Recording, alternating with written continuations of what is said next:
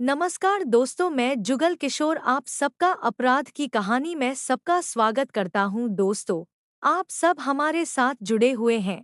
Channel को subscribe करें और लाइक करें और कमेंट करें। आपके सहयोग से मुझे हिम्मत मिलती है। प्रियंका और कृष्णा प्यार की पींगे भर रहे थे। दोनों का प्यार दोस्तों के बीच चर्चा का विषय बन गया था। कृष्णा तिवारी की उम्र जहां 25 वर्ष थी, वहीं प्रियंका श्रीवास 21 साल की थी। दोनों अक्सर छत्तीसगढ़ के बिलासपुर शहर की सड़कों पर एक दूसरे का हाथ थामे घूमते हुए दिख जाते। कृष्णा उसे अपनी बुलेट मोटरसाइकिल पर भी घुमाता था। दोनों का प्रेम परवान चढ़ रहा था। कृष्णा तिवारी उर्फ डब्बू मूलत कोनी, बिलासपुर का रहने वाला था और प्रियंका पास के ही बिल्हा शहर के मुड़ीपार गांव की थी। वह बिलासपुर में अपने मौसा जोगीराम के यहाँ रहकर बीए फाइनल की पढ़ाई कर रही थी। एक दिन कृष्णा ने शहर के विवेकानंद गार्डन में घूमते घूमते प्रियंका से कहा, प्रियंका, आज मैं तुमसे एक बहुत खास बात कहने जा रहा हूँ, जिसका शायद तुम्हें बहुत समय से इंतजार होगा। क्या? प्रियंका ने स्वाभाविक रूप से कहा, मैं तुमसे शादी करना चाहता हूँ। कृष्णा बोला, मैं चाहता हूँ कि हम दोनों शादी कर लें या फिर घर परिवार से कहीं दूर भाग चलें। नहीं नहीं, मैं भागकर शादी नहीं कर सकती, वैसे भी अभी मैं पढ़ रही हूँ। शादी होगी तो मेरे माता पिता की सहमति से ही होगी। तब तो प्यार भी तुम्हें मम्मी पापा की आज्ञा लेकर करना चाहिए था। कृष्णा ने उसकी खिल्ली उड़ाते हुए मीठे स्वर में कहा, देखो, प्यार और शादी में बहुत बड़ा फर्क है। तुम मुझे अच्छे लगे तो तुमसे दोस्ती हो गई और फिर प्यार हो गया। प्रियंका ने सफाई दी। अच्छा, यह तो बड़ी कृपा की आपने हुजूर। कृष्णा ने विनम्र भाव से कहा, अब कुछ और कृपा बरसाओ, मेरी यह इच्छा भी पूरी करो। देखो डब्बू, तुम मेरे पापा को नहीं जानते। वह बड़े ही गुस्से वाले हैं। मैं माँ को तो मना लूंगी मगर पापा के सामने तो बोल तक नहीं सकती। वो तो अरे बाप रे! कहते कहते प्रियंका की आंखें फैल गईं और चेहरा सुर्ख हो उठा। प्रियंका, तुम कहो तो मैं पापा से बात करूं या फिर उनके पास अपने पापा को भेज दूं। मुझे यकीन है कि हमारे खानदान रुतबे को देखकर तुम्हारे पापा जरूर हाँ कह देंगे। बस, तुम अड़ जाना, कृष्णा ने समझाया। देखो कृष्णा, हमारे घर के हालात, माहौल बिल्कुल अलग है। मैं किसी भी हाल में पापा से बहस या सामना नहीं कर सकती। तुम अपने पापा को भेज दो, हो सकता है बात बन जाए। प्रियंका बोली। और अगर नहीं बनी तो? कृष्णा ने गंभीर होते हुए कहा। नहीं बनी तो हमारे रास्ते अलग हो जाएंगे। इसमें मैं क्या कर सकती हूँ? प्रियंका ने जवाब दिया। एक दिन कृष्णा तिवारी के पिता लक्ष्मी प्रसाद तिवारी प्रियंका श्रीवास के पिता नारद श्रीवास से मिलने उनके घर पहुंच गए। नारद श्रीवास का एक बेटा और दो बेटियां थीं। वह किराने की एक दुकान चलाते थे। लक्ष्मी प्रसाद ने विनम्रतापूर्वक अपना परिचय देते हुए कहा, भाई साहब, मैं आपसे मिलने बिलासपुर से आया हूँ। आपसे कुछ महत्वपूर्ण बातचीत करना चाहता हूँ। नारद श्रीवास ने उन्हें ससम्मान घर में बिठाया और खुद सामने बैठ गए। लक्ष्मी प्रसाद तिवारी हाथ जोड़कर बोले, मैं आपके यहाँ आपकी बड़ी बेटी प्रियंका का अपने बेटे कृष्णा के लिए हाथ मांगने आया हूँ। यह सुनकर नारद श्रीवास आश्चर्यचकित होकर लक्ष्मी प्रसाद की ओर ताकते रह गए। उनके मुंह से बोल नहीं फूट रहे थे। तब लक्ष्मी प्रसाद बोले, भाई साहब, मेरे बेटे कृष्णा को आपकी बिटिया पसंद है। हालांकि हम लोग जाति से ब्राह्मण हैं, मगर बेटे की इच्छा को ध्यान में रखते हुए आपके पास चले आए। आशा है आप इनकार नहीं करेंगे। यह सुनकर नारद श्रीवास के चेहरे का रंग बदलने लगा। उन्होंने लक्ष्मी प्रसाद से कहा, देखो तिवारी जी, आप मेरे घर आए हैं, ठीक है, मगर मैं अपनी बिटिया का हाथ किसी गैर जातीय लड़के को नहीं दे सकता। मगर भाई साहब, अब समय बदल गया है। मेरा आग्रह है कि आप घर में चर्चा कर लें। बच्चों की खुशी को देखते हुए अगर आप हाँ कर देंगे तो यह बड़ी अच्छी बात होगी। लक्ष्मी प्रसाद ने सलाह दी, देखिए पंडित जी, मैं समाज के बाहर बिल्कुल नहीं जा सकता। फिर प्रियंका के लिए मेरे पास एक रिश्ता आ चुका है। वे लोग प्रियंका को पसंद कर चुके हैं। मैं हाथ जोड़ता हूँ, आप जा सकते हैं। नारद श्रीवास ने विनम्रता से कहा तो लक्ष्मी प्रसाद तिवारी अपने घर लौट गए। घर लौटकर उन्होंने जब बात न बनने की जानकारी दी तो कृष्णा को गहरा धक्का लगा। अगले दिन कृष्णा ने अपनी बुलेट निकाली और नारद श्रीवास की दुकान पर पहुंच गया। उस समय नारद ग्राहकों को सामान दे रहे थे। दुकान के बाहर खड़ा कृष्णा नारद श्रीवास को घूर घूर कर देख रहा था। जब वह ग्राहकों से फारिग हुए तो उन्होंने कृष्णा की ओर मुखातिब होते हुए कहा, हाँ, क्या चाहिए? कृष्णा ने उनसे बिना किसी डर के अपना परिचय देते हुए कहा, कल मेरे पापा आपके पास आए थे। यह सुनते ही नारद श्रीवास के दिलोदिमाग में बीते कल का सारा वाकया साकार हो उठा, जिसे लगभग वह भुला चुके थे। उन्होंने कहा, हाँ, तो? कृष्णा तिवारी ने कहा, आपने मना कर दिया। मैं इसलिए आया हूँ कि एक बार आपसे मिलकर अपनी बात कहूँ। देखो, तुम चले जाओ। मैंने तुम्हारे पिताजी को सब कुछ बता दिया है और इस बारे में अब मैं कोई बात नहीं करूँगा। कृष्णा ने अपनी आंखें घुमाते हुए अधिकारपूर्वक कहा, आपसे कह रहा हूँ, आप मान जाइए नहीं तो एक दिन आप खून के आंसू रोएंगे। तो क्या तुम मुझे धमकाने आए हो? नारद श्रीवास का पारा चढ़ गया। धमकाने भी और चेतावनी देने भी आप नहीं मानोगे तो अंजाम बुरा होगा। कहने के बाद कृष्णा तिवारी बुलेट से घर वापस लौट गया। नारद श्रीवास कृष्णा के तेवर देखकर अवाक रह गए। उन्होंने सोचा कि यह लड़का एक नंबर का बदमाश जान पड़ता है। मैंने अच्छा किया कि इसके पिता की बात नहीं मानी। उन्होंने उसी दिन अपने साड़ू भाई जोगीराम श्रीवास को फोन करके सारी बात बता दी। उन्होंने उनसे प्रियंका पर विशेष नजर रखने की बात कही, क्योंकि प्रियंका उन्हीं के घर रहकर पढ़ रही थी। नारद की बातें सुनकर जोगीराम ने उनसे कहा, आप बिल्कुल चिंता मत करो।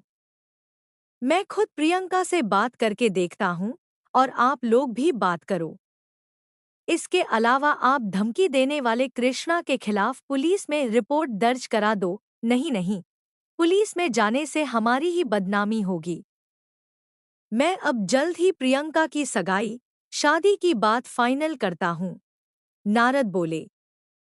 21 अगस्त 2019 डब्बू उर्फ कृष्णा ने प्रियंका को सुबह सुबह लवली मॉर्निंग का व्हाट्सएप मैसेज भेजा और लिखा, प्रियंका हो सके तो मुझसे मिलो, कुछ जरूरी बातें करनी है। जाने क्यों रात भर तुम्हारी याद आती रही, इस वजह से मुझे नींद भी नहीं आ सकी। प्रियंका ने मैसेज का प्रत्युत्तर हमेशा की तरह दिया, ठीक है, ओके। मौसी ने समझाया था प्रियंका को। प्रियंका रोजाना की तरह उस दिन भी तैयार होकर कॉलेज के लिए निकलने लगी तो मौसा और मौसी ने उसे बताया कि वह घर परिवार की मर्यादा को ध्यान में रखे। कृष्णा से मेल मुलाकात उसके पापा को पसंद नहीं है। तुम्हें शायद यह पता नहीं कि कृष्णा ने मुड़ीपार पहुंचकर धमकी तक दे डाली है। यह अच्छी बात नहीं है। अगर इसमें तुम्हारी शह न होती तो क्या उसकी इतनी हिम्मत हो पाती? मौसी की बातें सुनकर प्रियंका मुस्कराई। वह जल्द जल्द चाय पीते हुए बोली, मौसी, आप जरा भी चिंता मत करना। मैं घर परिवार की नाक नहीं कटने दूंगी। जब पापा मुझ पर भरोसा करते हैं, उन्होंने मुझे पढ़ने भेजा है, मेरी हर बात मानते हैं, तो मैं भला उनकी इच्छा के बगैर कोई कदम कैसे उठाऊंगी? आप एकदम निश्चिंत रहिए।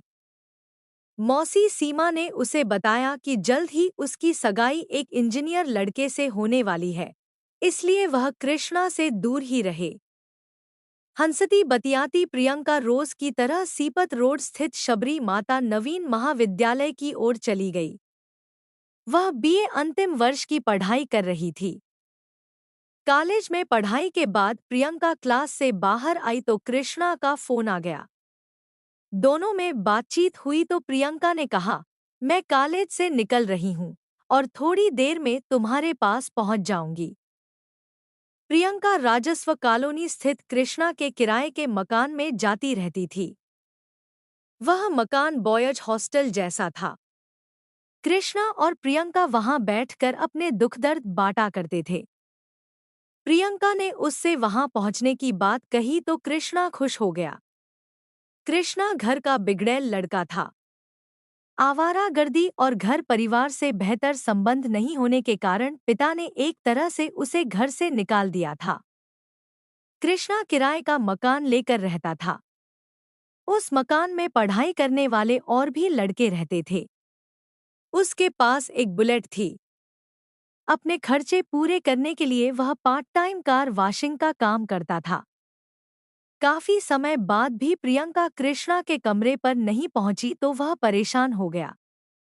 वह झल्ला कर कमरे से निकला और प्रियंका को फोन किया। प्रियंका ने उसे बताया कि वह अपनी फ्रेंड के साथ है और उसके पास पहुंचने में कुछ समय लगेगा। कृष्णा उससे मिलने के लिए उतावला था। काफी देर बाद भी जब वह नहीं पहुंची तो उसने प्रियंका को फिर फोन किया। प्रियंका बोली, आ रही हूँ यार, मैं अशोकनगर पहुंच चुकी हूँ। इस पर कृष्णा ने झल्ला कर कहा, मैं वहीं आ रहा हूँ। तुम रुको, मैं पास में ही हूँ। कृष्णा थोड़ी ही देर में अशोकनगर जा पहुंचा। प्रियंका वहां दो सहेलियों के साथ खड़ी थी। प्रियंका की बातों से कृष्णा को लगा कि आज उसका रंग कुछ बदला बदला सा है, मगर उसने धैर्य से काम लिया। प्रियंका को देख वह स्वाभाविक रूप से मुस्कुराते हुए बोला, प्रियंका, तुम मुझे मार डालोगी क्या? तुमसे मिलने के लिए सुबह से बेताब हूँ और तुम कह रही हो कि आ रही हूँ, आ रही हूँ। तो क्या कॉलेज भी न जाऊं? पढ़ाई छोड़ दूं, जिसके लिए मैं गांव से यहाँ आई हूँ? प्रियंका ने तल्ख स्वर में कहा, मैं ऐसा कहाँ कह रहा हूँ, मगर कॉलेज से सीधे आना था। 2 घंटे हो गए तुम्हारा इंतजार करते हुए। कम से कम मेरी हालत पर तो तरस खाना चाहिए तुम्हें, और तुम्हें मेरे घर जाकर हंगामा नहीं करना चाहिए था। पापा से क्या कहा है तुमने? तुम ऐसा कैसे कह सकते हो? प्रियंका ने रोष भरे स्वर में कहा। प्रियंका को गुस्से में देखकर कृष्णा को भी गुस्सा आ गया। दोनों की अशोकनगर चौक पर ही नोक-झोंक होने लगी, जिससे वहां लोगों का हुजूम जमा हो गया। तभी एक स्थानीय नेता प्रशांत तिवारी, जो कृष्णा और प्रियंका से वाकिफ थे, वहां पहुंचे और उन्होंने दोनों को समझा बुझाकर शांत कराया। कृष्णा प्रियंका को ले आया अपने कमरे पर। दोनों शांत हो गए। कृष्णा ने प्रियंका को बुलेट पर बिठाया और अपने कमरे की ओर चल दिया। रास्ते में दोनों ही सामान्य रहे।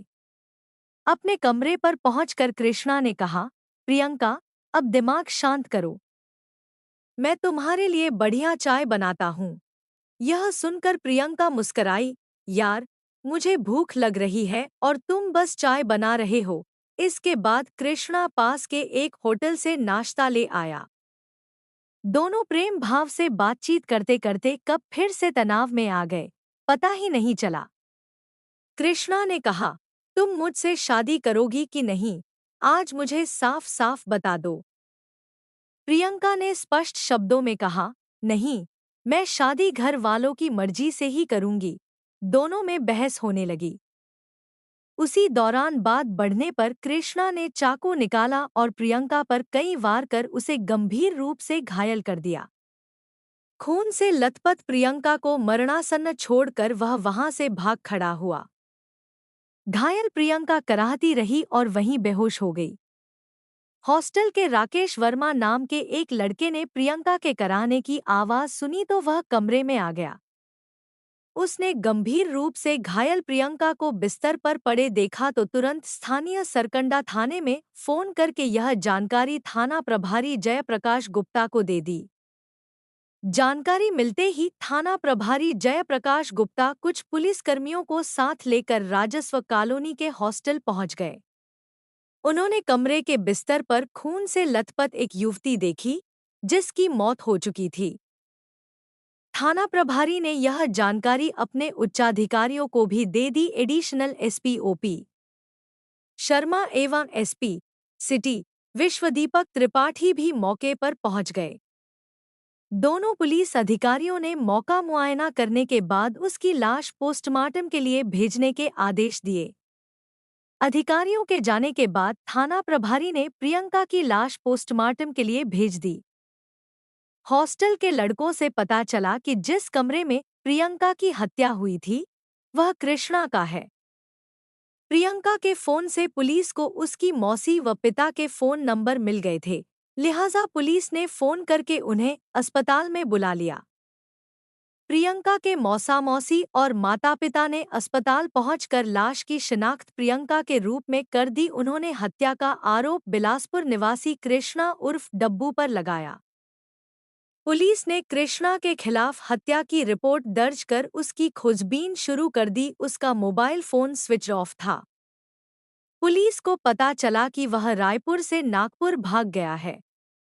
थाना प्रभारी जयप्रकाश गुप्ता व महिला एसआई गायत्री सिंह की टीम आरोपी को संभावित स्थानों पर तलाशने लगी। पुलिस ने कृष्णा के फोटो नजदीकी जिलों के सभी थानों में भी भेज दिए थे। सरकंडा से करीब 25 किलोमीटर दूर स्थित मुंगेली जिले के थाना सरगांव के एक सिपाही को 23 अगस्त 2019 को कृष्णा तिवारी सरगांव चौक पर दिख गया। उस सिपाही का गांव आरोपी कृष्णा तिवारी के गांव के नजदीक ही था, इसलिए सिपाही को यह जानकारी थी कि कृष्णा मर्डर का आरोपी है और पुलिस से छिपा घूम रहा है। लिहाजा वह सिपाही कृष्णा तिवारी को हिरासत में लेकर थाना सरगांव ले आया। सरगांव पुलिस ने कृष्णा तिवारी को गिरफ्तार करने की जानकारी सरकंडा के थाना प्रभारी जयप्रकाश गुप्ता को दे दी। उसी शाम सरकंडा थाना प्रभारी कृष्णा तिवारी को सरगांव से सरकंडा ले आए। उससे पूछताछ की गई तो उसने प्रियंका की हत्या करने का अपराध स्वीकार कर लिया। उसकी निशानदेही पर पुलिस ने घटनास्थल से एक चाकू भी बरामद किया, जो 3 टुकड़ों में था। कृष्णा ने बताया कि हत्या करने के बाद वह बुलेट से सीधा रेलवे स्टेशन की तरफ गया। उस समय उसके कपड़ों पर खून के धब्बे लगे थे। उसके पास पैसे भी नहीं थे। स्टेशन के पास अनुराग मानिकपुरी नाम के दोस्त से उसने 500 रुपए उधार लिए और रायपुर की तरफ निकल गया। कृष्णा तिवारी उर्फ डब्बू से पूछताछ कर पुलिस ने उसे 24 अगस्त 2019 को मुख्य न्यायिक दंडाधिकारी बिलासपुर के समक्ष पेश किया, जहां से उसे जेल भेज दिया गया। लड़की में ऐसा नेचर होना स्वाभाविक है, क्योंकि लड़के जिससे भी प्यार करते हैं दिल से करते हैं, और अगर उन्हें अपना प्यार ना मिले तो ऐसा कदम उठाने में देर भी नहीं लगते। मगर ये गलत है, लड़कों को भी दूसरे का सामना करना चाहिए। अगर लड़की ने मना किया तो कोशिश करो कि उसके माँ बाप को मनाए। ऐसा कदम कभी भी नहीं लेना चाहिए। इसमें लड़की अपनी जान गंवा बैठी और लड़का अपनी आगे की जिंदगी अब सलाखों के पीछे रहेगा। दोस्तों, आपको कहानी कैसी लगी कमेंट कर जरूर बताएं और चैनल को सब्सक्राइब जरूर करें और लाइक कमेंट जरूर करें। कल फिर मिलेंगे एक और नई कहानी के साथ। धन्यवाद।